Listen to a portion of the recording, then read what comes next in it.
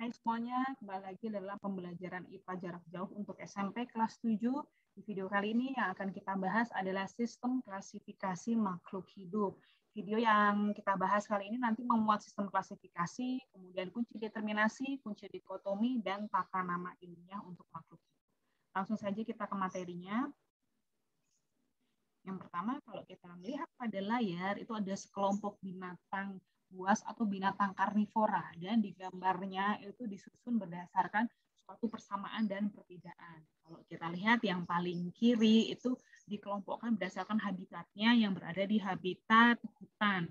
Sedangkan yang bagian tengah ke kanan itu adalah kelompok binatang yang hidupnya di padang gurun, kemudian di lembah ataupun bahkan di pegunungan yang suhu udaranya itu dingin ya, air bersalju. Nah, pengelompokan ini didasarkan pada persamaan-persamaan dan perbedaan. Tujuannya dari klasifikasi ini adalah untuk mempermudah dalam mengenal, mempelajari, dan mengetahui hubungan antar makhluk hidup. Jadi kalau kita lihat pada gambar, mereka itu adalah sekelompok makhluk hidup yang sama-sama buas, sama-sama binatang karnivora, tetapi ternyata mereka memiliki perbedaan. Perbedaan yang bisa kita lihat adalah habitatnya. Jadi makhluk hidup kita kelompokkan berdasarkan persamaan dan perbedaan dengan tujuan untuk mempermudah mengenal, mempelajari, dan mengetahui hubungan antar makhluk hidup lainnya. Sejarah klasifikasi itu sudah dimulai dari sejak zaman dahulu kala, dan mulai dari zaman Aristoteles sampai ke masa Charles Darwin. Nah, di dalam klasifikasi nanti kita mengenal istilah yang disebut dengan takson, yaitu kelompok-kelompok yang terbentuk dari hasil klasifikasi. Seperti pada tabel kita bisa lihat kelompok takson itu seperti kingdom, film, kelas, kemudian ordo, family, genus, dan spesies. Ilmu yang mempelajari klasifikasi makhluk hidup itu disebut dengan taksonomi. Proses klasifikasi itu dimulai dengan mengidentifikasi persamaan sifat-sifat makhluk hidup. Setelah itu kita kelompokkan berdasarkan persamaan sifat, baru kemudian kita memberi nama kelompok. Kalau kita lihat di dalam gambar itu piramida atau segitiga terbalik, semakin ke bawah itu berarti persamaan ciri spesies, ciri makhluk hidup antar spesies itu semakin banyak. Sedangkan kalau ke atas itu berarti nanti jumlah anggota takson yang akan semakin banyak. Perkembangan sistem klasifikasi itu dimulai sejak zaman Carolus Linnaeus ya untuk penamaannya. Nah, untuk saat ini nanti di dalam pelajaran kita menggunakan yang sistem 5 kingdom ya. Jadi menurut Whittaker 5 kingdom tersebut adalah Monera, Protista, Fungi, Plantae, dan Animalia.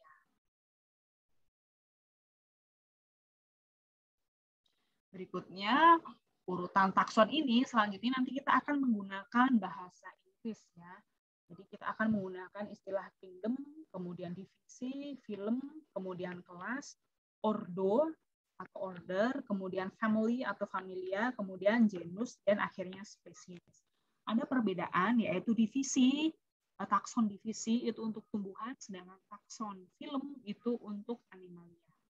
Nah, pada tabel kita juga lihat contohnya itu ada Oryza sativa atau padi. Kita lihat di sini kalau kita perhatikan ada istilah subkelas. Kenapa diberi istilah sub? Karena di kelas tersebut banyak ciri yang bisa dikelompokkan lagi sehingga ditambahkan dengan takson subkelas. Jadi untuk umumnya kita mengenal ada urutan takson dari atas ke bawah, yaitu dari kingdom, kemudian divisi, kelas, ordo, family, genus, dan akhirnya adalah spesies. Jadi ada 7 takson utama yang nanti kita pelajari. Contohnya nih pada gambar, kita lihat bahwa semakin ke atas, pada takson kingdom, itu anggota kelompoknya makin banyak. Semakin ke bawah itu semakin sedikit, tetapi persamaannya yang semakin banyak. Misal kita lihat nih, di kingdom animalia itu merujuk kepada banyak binatang. Setelah kita masuk ke filum chordata atau binatang yang memiliki tulang belakang, kita lihat bintang laut akan tereliminasi karena tidak masuk ke filum chordata. Kemudian kita lihat dikelompokkan lagi ke dalam kelas mamalia. Di sini binatang yang tidak termasuk mamalia adalah ular, jadi nanti ular kita eliminasi. Berikutnya kita masuk ke ordo karnivora. Yang tidak termasuk karnivora adalah tupai. Jadi tupai kita eliminasi. Berikutnya kita masuk ke kelompok Ursidae atau family Ursidae. Yang tidak termasuk di sini yang jelas sangat berbeda sekali itu adalah si rubah. Jadi rubah kita eliminasi. Berikutnya kita masuk ke genus Ursus. Jadi dari ketiga ini ternyata ada lagi yang terlihat lebih berbeda yaitu panda. Maka panda kita eliminasi. Nah, akhirnya kita masuk ke dalam genus. Kalau kita lihat semakin ke bawah ada beruang coklat dan beruang kutub. Berbeda warna, tapi secara fisik mereka terlihat sangat sama. Jadi mereka memiliki kesamaan yang banyak. Oleh karena itu mereka masuk ke dalam genus yang sama, akan tetapi spesiesnya berbeda. Nah, spesies yang dimaksud yang di sini apa? Itu adalah spesies beruang coklat atau Ursus arctos atau kita biasa mengenal dengan sebutan beruang grizzly. Ini adalah contoh klasifikasi beberapa binatang. Jadi binatang bisa dikelompokkan ke dalam tulang belakang, tidak bertulang belakang, ke dalam kelompok berdarah panas, berdarah dingin.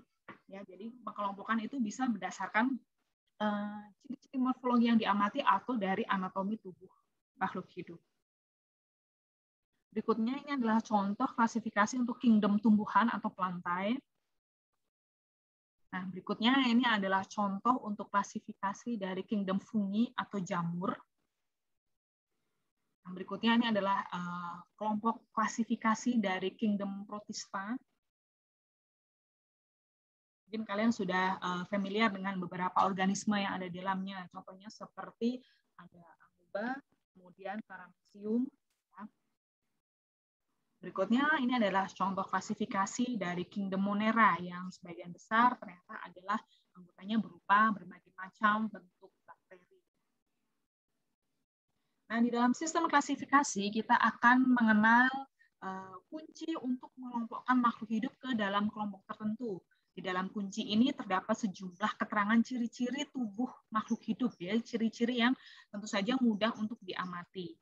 Nah, kunci ini disebut kunci dikotomi karena keterangannya disusun secara berpasangan atau ada dua keterangan. Di itu artinya dua. Dan setiap pasangan itu keterangannya membagi organisme menjadi dua kelompok yang berbeda atau berlawanan. Jadi bisa membedakan dengan jelas. Misalnya contohnya berspora dengan tidak berspora, berbatang jelas dengan tidak berbatang jelas, bijinya tertutup ataukah terbuka, berkeping satu, berkeping dua. Jadi keterangan yang disusun itu sangat berlawanan atau sangat efektif untuk membedakan dari ciri-ciri yang bisa diamati. Sebagai contoh kita lihat di layar itu ada tanaman hias suplir. Untuk kalian sering melihat ya tanaman ini salah satu tanaman hias. Nah, bagaimana sih caranya kita menulis kunci dikotominya? Nah, pertama kita lihat dulu di keterangan yang nomor 1. Jadi suplir itu termasuk adalah tumbuhan yang berspora. Maka kita lihat di sini kita lihat adalah 1A. Kita tulis dulu di sini 1A. Kemudian di 1A ini ternyata merujuk ke 2A. Maka langsung kita menuju ke nomor 2 dan A. Ternyata tumbuhan yang berbatang jelas. Kita lihat lagi menuju kemana, ternyata langsung menuju ke nama tumbuhan tersebut adalah suplir. Maka kunci dikotomi untuk suplir ini adalah 1A, kemudian 2A. Nah, berikutnya di gambar kita sudah melihat ini adalah tumbuhan kedelai ya. Oke, bagaimana cara membuat urutan dikotominya? Pertama kita lihat kedelai itu adalah tentu saja tumbuhan yang tidak berspora. Jadi di 1A kita lihat di 1A bahwa tumbuhan yang tidak berspora. Tumbuhan yang tidak berspora ya, kita langsung menuju ke 1B, tumbuhan tidak berspora. Kemudian dia merujuk ke keterangan 3A, maka kita cari keterangan 3A. 3A berarti dia itu adalah termasuk tumbuhan berbiji tertutup. Kita lihat ternyata merujuk lagi ke 4A. 4A kita lihat ternyata itu adalah tanaman berkeping 2. Berkeping 2 ternyata masih merujuk lagi ke 5A. Dan di 5A kita lihat 5A ini ternyata kelompok bunga kupu-kupu. Karena kalau kita lihat nih bunganya itu seperti kupu-kupu ya, jadi disebut berbunga kupu-kupu dan merujuk ke tanaman kedelai. Jadi urutan dikotominya itu adalah 1B, kemudian 3A, setelah ke 3A tadi ke 4A, kemudian ke 5A. Dan kita peroleh di sini nama tanamannya adalah kedelai.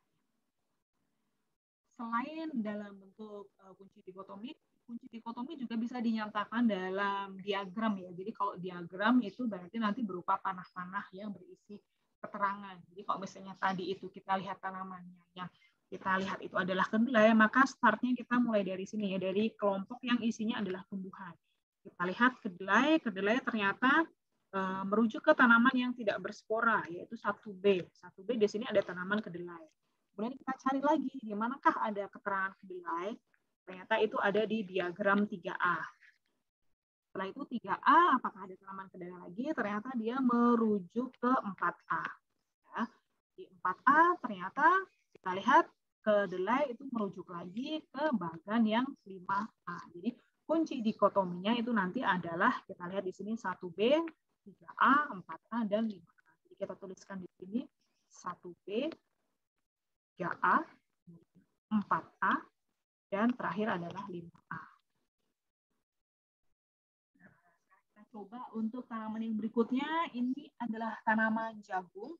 Startnya kita mulai dari sini ya. Di sini kita menggunakan diagram dikotomi, maka kita cari mana sih yang berupa jagung ya, ada nama jagung. Ternyata nama jagung itu ada di diagram 1B. Dan kita cari lagi, jagung itu ada di 3A. Lalu kita lihat lagi jagung, ternyata jagung itu berhenti sampai di 4B ya. Jadi kunci dikotomi untuk jagung itu 1B, kemudian 3A dan 4B. Jadi kita tulis di sini urutan dikotominya 1A, 3A dan kemudian 1B, 3A dan kemudian 4B. Ini kunci dikotomi untuk tanaman jagung. Nah, untuk model seperti ini nanti berarti kalian mengisi nama-nama tanaman yang sesuai dengan ciri yang ada pada diagram. Jadi misalnya tersedia beberapa tanaman, nah tanaman ini nama-namanya kamu masukkan semuanya nih ke dalam bagan yang tumbuhan, ya. Kemudian kalian lihat ciri-cirinya. Ciri-cirinya mana? Misalnya kita melihat di sini ada tumbuhan paku, kemudian ada lumut, ada padi, ada tanah. Nah, di sini kita lihat yang mempunyai akar, batang, dan daun. Kita bisa melihat tumbuhan paku hias. Contohnya itu misalnya kalau di sini ditulis dengan jelas, misalnya itu adalah suplir, maka sudah mempunyai batang, mempunyai akar, mempunyai daun. Maka nanti kamu tuliskan namanya di sini ya, di kelompok-kelompok ini. Kemudian nama tumbuhan tersebut silakan kamu bisa klasifikasikan lagi, kamu masukkan ke dalam bagan yang sesuai.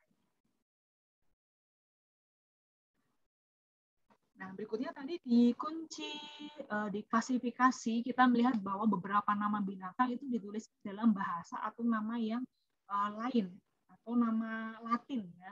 Nah, kenapa sih nama organisme itu ditulis seperti itu? Ini berasal dari fakta bahwa dua atau lebih organisme itu bisa memiliki nama yang sama atau justru berkebalikan di tempat. Misalnya nih, bagi orang Jawa gedang itu artinya pisang, sedangkan bagi orang Sunda gedang itu ternyata artinya adalah pepaya. Nah, bagaimana untuk mengatasi hal ini? Maka dibuatlah penamaan untuk nama organisme yang bisa berlaku secara universal. Jadi itu adalah tujuan dari pemberian nama ilmiah, nama yang bisa berlaku secara universal. Nama tersebut diambil dari bahasa Latin, nama orang, nama tempat, atau sifat khusus yang dimiliki oleh organisme. Misalnya, bakteri Escherichia coli dinamai berdasarkan nama ilmuwan yang menemukan dan meneliti bakteri tersebut untuk pertama kalinya. Kemudian, ada nama ilmiah untuk virus yang saat ini sedang happening karena menjadi penyebab pandemi, itu adalah virus SARS-CoV-2, ya, atau virus Severe Acute Respiratory Syndrome coronavirus ya. Jadi kenapa diberi nama corona? Karena memiliki mahkota atau corona. Jadi kalau kita lihat di sini ini penampakannya virus ini memiliki seperti corona. Ya, sedangkan kalau yang gambar biru ini adalah gambar dari si Escherichia coli di bawah mikroskop. Nah, dalam menulis nama ilmiah itu ada sejumlah aturan atau sejumlah standar yang ditetapkan. Ilmuwan yang berperan dalam penulisan nama ilmiah itu bernama Carolus Linnaeus yang memberikan aturan tata nama ilmiah menggunakan tata nama ganda. Jadi ada 2 nama. sehingga disebut binomial nomenklatur. Aturannya antara lain yang pertama, menggunakan bahasa Latin atau yang dilatinkan. Kemudian yang kedua terdiri dari dua kata. Kata pertama menunjukkan genus dan yang kata berikutnya, kata kedua menunjukkan spesies. Kata pertama ditulis dimulai dengan huruf kapital dan kata berikutnya ditulis dengan huruf kecil. Kata pertama dan kedua harus dipisah. Jika ditulis tangan maka digaris bawahi. Jika diketik, maka dicetak miring. Dan itu pilih salah satu saja, baik itu underline ataupun italic, dicetak miring. Contohnya ini ada pada penulisan Oryza sativa. Ketika dicetak, diberi dalam tulisan ketik, itu diberi garis bawah. Atau dicetak miring Oryza sativa. Jadi kalau saya menulis dengan tangan, saya tulis seperti Oryza, kemudian saya tulis sativa. Nah, tulisan tangan itu kan bisa miring, bisa tidak. Maka untuk memperjelas ketika menggunakan tulisan tangan itu diberi garis bawah atau underline. Sedangkan nama ilmiah yang terdiri dari 3 kata, maka kata kedua dan kata ketiga harus ditulis menyatu atau ditulis dengan menggunakan tanda hubung strip. Jadi contohnya Hibiscus rosa sinensis. Jadi ini diberi dengan tanda strip. Kenapa seperti ini? Karena mungkin ada tumbuhan yang memiliki subgenus. Jadi genusnya itu cukup bervariasi. Jadi dikelompokkan lagi menjadi anggota genus yang lebih kecil. Jadi diberi nama sehingga mempunyai 3 nama. Dan nama kedua dan ketiga itu harus dipisah supaya tetap menjadi nama ganda. Jadi tetap ada 2 kata. Nah, berikutnya contohnya nih, ada 2 buah binatang karnivora. Di sini ada keterangan dari kerajaan, film, kelas, ordo, family, dan genus, sampai ke spesiesnya. Jadi kalau kita lihat di sini, kedua binatang ini ternyata mereka berasal dari genus yang sama, tetapi spesiesnya berbeda. Untuk singa, itu kita lihat spesiesnya itu adalah Leo, sedangkan pada harimau itu spesiesnya adalah tigris, tapi mereka memiliki genus yang sama yaitu Panthera. Jadi Panthera yang ini menunjukkan nama genus, spesiesnya adalah Leo. Sama ya, jadi Panthera tigris genusnya adalah Panthera, kemudian spesiesnya adalah. Nah, demikian pembelajaran jarak jauh untuk materi klasifikasi dan tata nama ilmiah. Semoga membantu kalian dalam mempelajari pembelajaran jarak jauh materi IPA. Selamat belajar.